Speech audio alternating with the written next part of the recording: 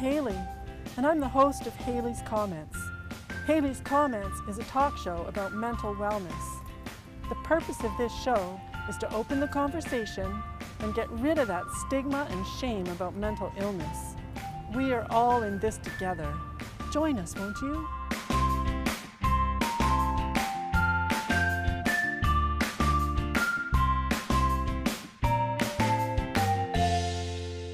Hello, my name's Hailey, and I'm 17 years old, and I personally have had some difficulties with mental illness. I had psychosis last year, but with treatment and lots of learning, I'm doing really well right now. I have lots of people in my life that are really supportive, and also there's been some people that are really not supportive. I don't think they understand what it's about. And that's what has inspired me to do this talk show, to help myself and others understand more and be more understanding. So welcome to Hailey's Comments.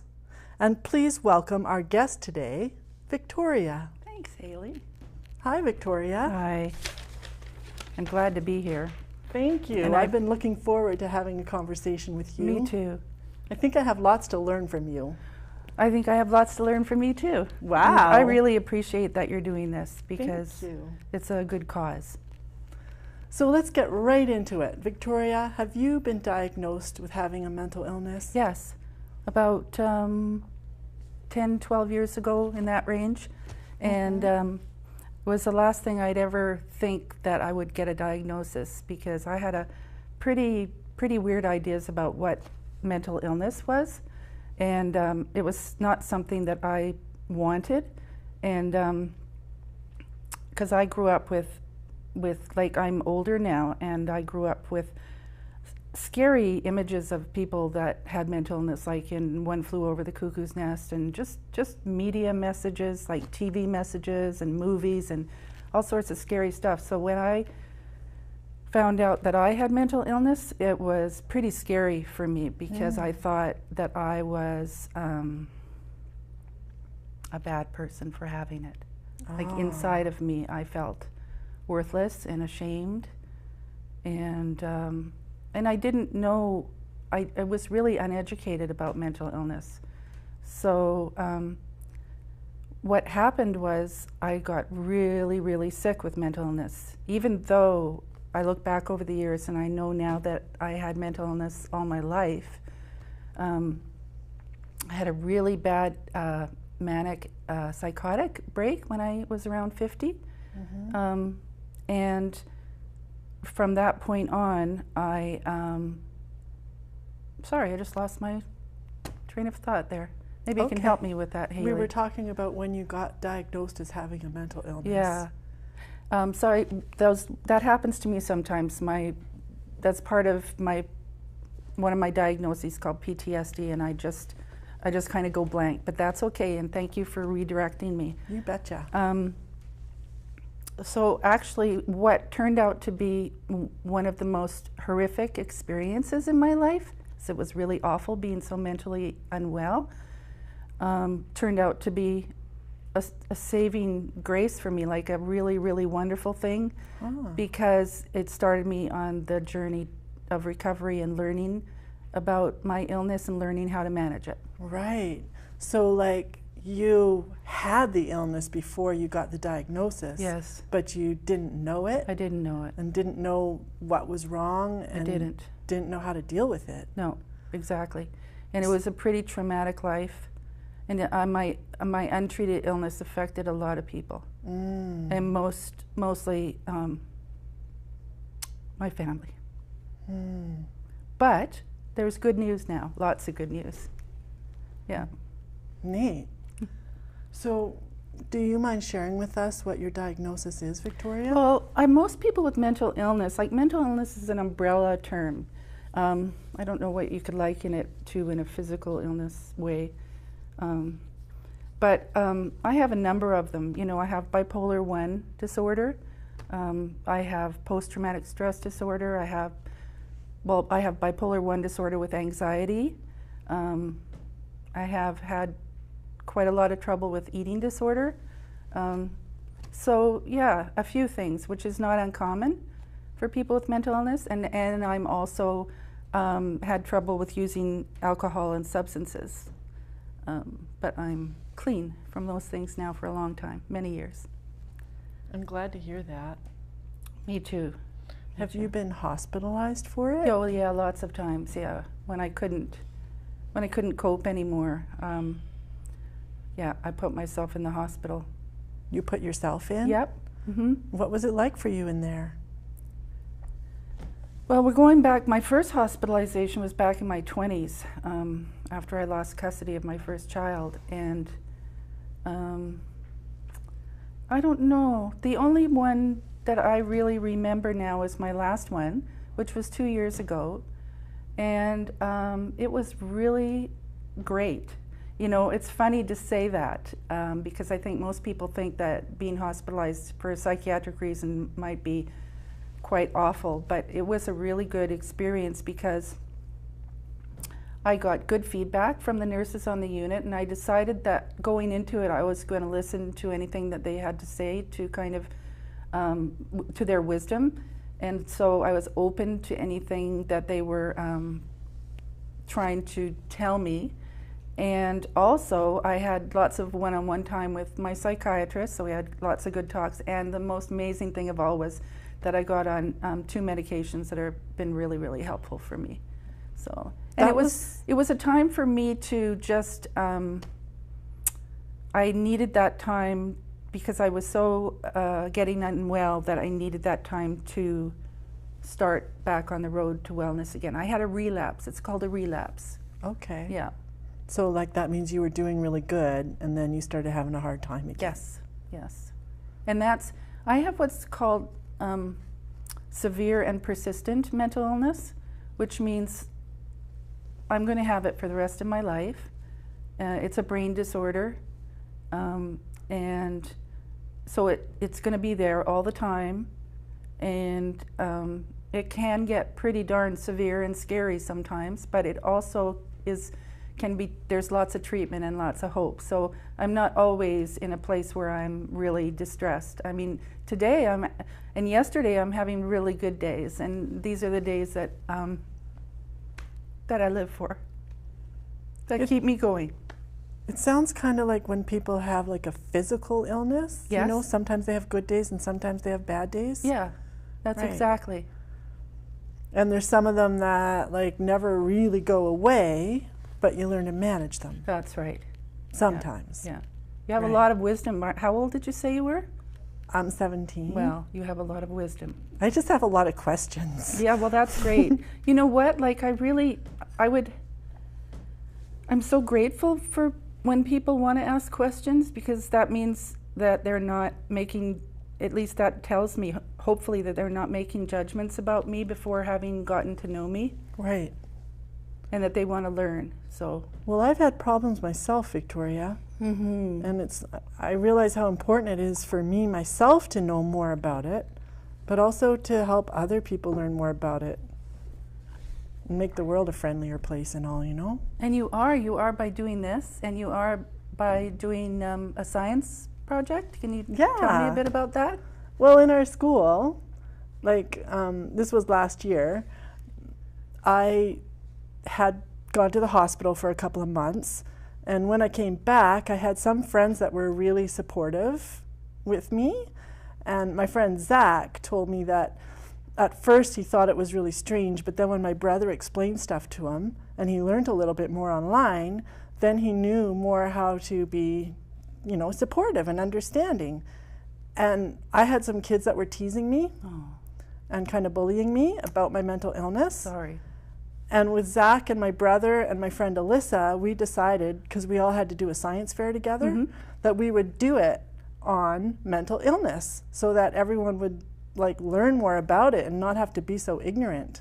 That is so cool. And that's amazing. kind of what got us doing this show, because we just had to go around and start asking people questions to find out more. You're amazing. Thank you. It's important. It is important. I want to grow up, you know, healthy. Yeah, and this is a wonderful thing for you, Hailey, is you have gotten a diagnosis at your age. The longer mental illness is left untreated, the worse it gets. And you can be optimistic and quite hopeful. I hope that you'll have a wonderful life ahead of you. I do have a lot of hope, Victoria. Great. Great. You mentioned the word recovery. Mm-hmm. So I'm told that I'm in recovery Yes. because I am getting treatment and learning how to do things to manage my illness in my life. Yeah. What's the word recovery mean to you? Oh, that's such a good question. When I first got diagnosed, I was very depressed and didn't have any hope and thought that I was going to be basically vegetable-like for the rest of my life, just sitting like a lump on a log and doing nothing and having no life. And I had to go through that emotional process of realizing that I was somebody and I did have some reason to be here and I was valuable as a person. And as time went on, I started learning about recovery. And at first, I thought, okay, great. Recovery means I can learn all I can, do all sorts of treatments, and then I'm not going to have mental illness anymore. And that's what I thought it was for me. At first, I thought that recovery was the same thing for everybody, and I should mention that everybody's recovery is unique and individual. And at first I thought that I was going to get well and stay well. But then I learned that for me, that's not the case. And so recovery is just by doing everything I can to stay well, like making good choices in my life. And, you know, just trying to exercise, eat right, get good sleep. I mean, it can mean lots of things, and it does to me. Being around friends that love me and family and yeah, it just means not giving up. That's what it means to me. That gives me a lot of hope. Good. I think you're right that I'm lucky to be in the time I am Yes. now. I heard that like in the past that people with mental illness used to just get locked away and nobody figured they could ever have a good life. Yeah, it makes me really sad. I could talk about horrific things that have been done to people with mental illness because I know about them, and this, you know, I won't because it's really disturbing, but I actually consider myself so lucky to have been diagnosed now. I mean, it's the age of the internet is what has done it, I believe, because it's the education has, the internet education highway has educated us all so much. And sorry, I'm losing my track again. We're talking about how it's a good age to be diagnosed. Yeah. Because when I was younger, people didn't know, and I kind of passed, I guess. Not really, but I mean, I wasn't walking around the streets hallucinating. If I was, I would have been locked up. But I managed to make it through life just by the skin of my teeth, basically, and in very, very unhealthy ways. So now that people are educated and neuroscientists and therapists and all sorts of people have studied mental illness and are continuing to study it and coming up with new breakthroughs all the time about what's helpful and what's not. It's wonderful age, you know. And I back to being lucky. I mean, I'm 61 now. I got diagnosed around 50, and I could have, if I hadn't had that break, I could have, you know, the doctors missed it in me. They didn't spot it. A lot of people with bipolar, it takes 10 years on average for them to get a proper diagnosis because it's missed as depression, severe depression. Because for a lot of people with bipolar disorder, which I have, most of the time it's depression as opposed to the mania part. Yeah. So, I mean, I could have not been around to get a diagnosis, and get into treatment and recovery. So I'm pretty darn lucky, and so are you. Yeah. Do you take medication? Yes. Yeah. Me too. Yeah. It helps. Yeah. Okay. Yeah, I take two. I take an antidepressant to kind of try and bring me out of the depression. And I take what's called a mood stabilizer to keep me even, or try to keep me even. Doesn't always work, but it's better than I was before, yeah, for sure. Did taking those help you right away, or did it take a while? The mood stabilizer, I believe, helped right away. The antidepressant took, they tell me, between 3 to 4 weeks, but the mood stabilizer works right away. And I also have another medication that I can use when I'm having a really hard time with anxiety. And that's a medication that I make it my choice about using, and it's an as-needed medication, so that I have that as a backup. And just knowing that is comforting sometimes, and so I don't always take it. Right. Yeah. What kind of people, like locally, like what kind of resources have you used and been helpful? That's my favorite question, one of them anyway. So I started getting my help, professional help, from Mental Health and Substance Use on Shoppers Road, downtown, across from Lager Mike. And have had incredible help both before and after diagnosis. I went there for a long time. I was always searching for help, but I didn't know what I needed until the puzzle all came together when I had that episode, and then I realized what I was dealing with. And so I've been attending there for many, many years. And so those are the resources. I have a psychiatrist that I see on a regular basis. I have a clinician. She's a wonderful lady that I can go and talk to about any problems that I'm having. And there's programs that I've taken there, learning programs about mental illness and how to manage it. Yeah. And I have this wonderful friendship place that I go to called the Beacon Club. Okay. And it's a wonderful thing to find people just like me. Like, we all have some sort of mental illness. Not every one of us is different in the sense of how it affects us, but we all have that commonality, and we all can go in and just be totally ourselves with each other and respect. It's such a respectful, warm, welcome environment. It's kind of like a home away from home. Yeah. Somewhere where like you feel safe and comfortable. Yeah. And able to be yourself. Yeah.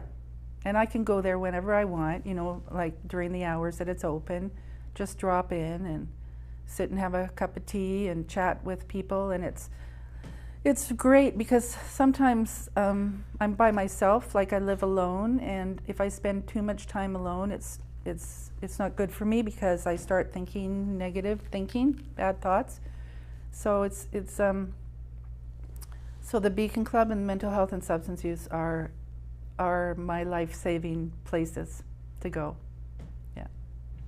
And do you have some kind of plan, like, I don't know, like how to like watch yourself and know if you're having trouble again and stuff? Yeah. I have a plan that is always changing, and it's kind of, I developed it myself with help from everybody, but then I found out about this actual structured plan, and it's called the WRAP program. WRAP is our letters, like W is for wellness, R is for wellness, recovery, R is for recovery, A is for action, and P is for plan. Wellness, recovery, action plan. WRAP. How's it work? Well, it works by just writing down what I'm like when I'm well, what I can do every day to keep well, what I'm like when things are breaking down for me and where I'm kind of relapsing, and how to keep myself safe. And then if I've, say, been in a crisis and perhaps been in the hospital, what to do when I come home. And I have a WRAP app. I have it on a tablet. So cool. Yeah, it's really cool. I like it because it's easier than writing stuff down for me. Yeah. Right. Yeah. Yeah. So it's Yeah, I try to follow it as much as possible. I'm not perfect at it, and that's okay. That's one of my things I'm constantly trying to get over is that darn old perfectionism. None of us are, apparently. Yeah. But perfectionism isn't about being perfect, it's about feeling like I always need to be perfect. Right. So I'm working on letting that go. Right. It's not good. So as well as like having the medication and all the people that support you and your plan, are there coping skills that you've learned along the way? Well, I have, grounding skills, like trying to keep myself in the moment and relaxed and thinking about the here and now as different than thinking in the past. Like when I first got diagnosed, I thought about the past a lot, and I saw how my illness had affected my life and my others close to me, and I tortured myself with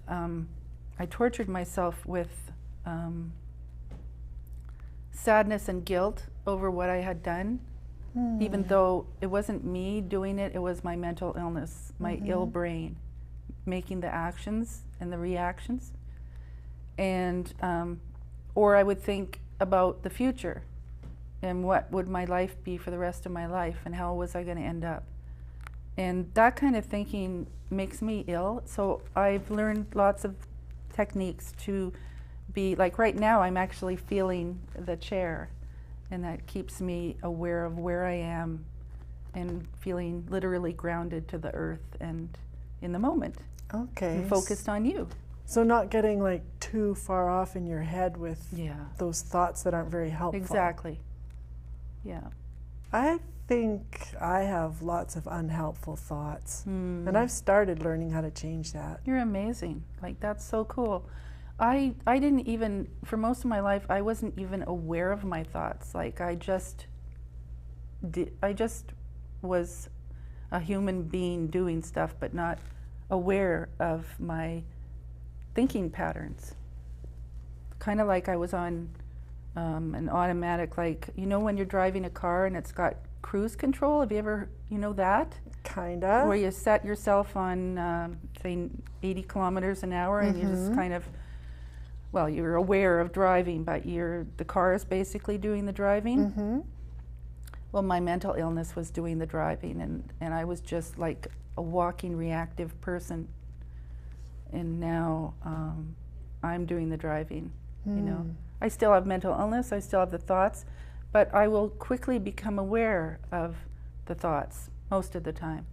And I'll say little things like, stop it, to myself, or I'll go outside for a walk, or I'll phone a friend. And I have wonderful friends, supportive, wonderful friends who are understanding, compassionate, just the best friends in the world. You've met one of my great friends. Who's that? Barbara Swanston. Oh, I talked with Barbara on the show. She's so amazing. I love Barbara. She's been such a gift, me too, in my life, so encouraging, and she's taught me a lot, and she says I teach her a lot too, so it's great.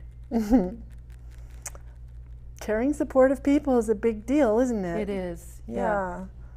I feel kind of worried sometimes when I see people that are maybe like homeless or something, and I don't know, in their mental illness, and I don't know if they have support or not. I feel so sad for people like that, and I see a lot of them in our downtown core, and I feel so sad and frustrated, and I wish that I could help them get the help that I've received. Or even people who do have homes. Yeah. It's really scary though to stand out and, ask for help or admit you have a problem. Or maybe they feel ashamed, which is something definitely that I've felt. Or worried that people are going to tease them. Yeah, but I think if we talk about it more, they'll realize it's not their fault and there's nothing to be ashamed of. That being said, the very first thing I said when I went into emergency, when I had my relapse last time, was, I'm so ashamed. When I sat down in the triage chair, I started crying and I said, I'm so ashamed. And intellectual, like in my brain, I know there's nothing to be ashamed of, But I felt ashamed that I was ending up in the hospital again, and I really have to rethink that, because I look back now and I think that I had nothing to be ashamed about, and actually I was pretty darn brave to take that step to care for myself. I don't like shame. No, it's a terrible thing. People don't get as ashamed if they have a physical problem. No. It's like it's like a terrible feeling inside. we need to start to understand that mental illness is a real thing. And you know what? Mental illness is so hard to deal with and so awful at times that's hard enough without people loading shame onto me. So I made a decision a long time ago to only be around people that treat me well and respectfully. I know the word for that. What? When people load shame on us? Yeah? Stigma. Yes. I've been the brunt of it. And it can be like as bad or worse than the problem itself. Yes. It makes it worse. Makes the problem worse. It makes me feel inside like I'm worthless and a bad person, and I'm not. So I have one more question for you, Victoria. Sure. What most inspired you to come and talk with me here today? Because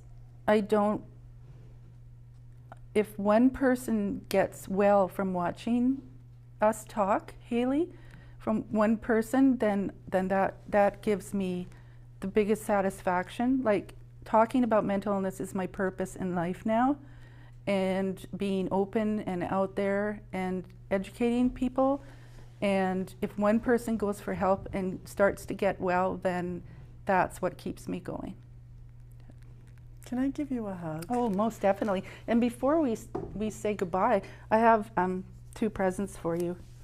I put them on my wrist this morning, then I decided I wanted to give them to you. And they're little bracelets. Do you like bracelets? Yeah. Okay, good. And the pink one says, "Respect the right to be different." Nice. Yeah, I'll just give them on your lap and we can put them on you later. Okay. And the other one says www.defeatdepression.ca. Is that somewhere where we can learn more stuff? Yeah, it's a great nonprofit website. So Thank you, Victoria. you're welcome, and they'll fit your hands very nicely. And maybe kids at school can ask you more. So, and I'll give you that hug. Thank I'll you. be glad to give you the hug. Thank you, Hailey. Thanks for being here. And thanks all you guys for being here and watching the show again. See you next time.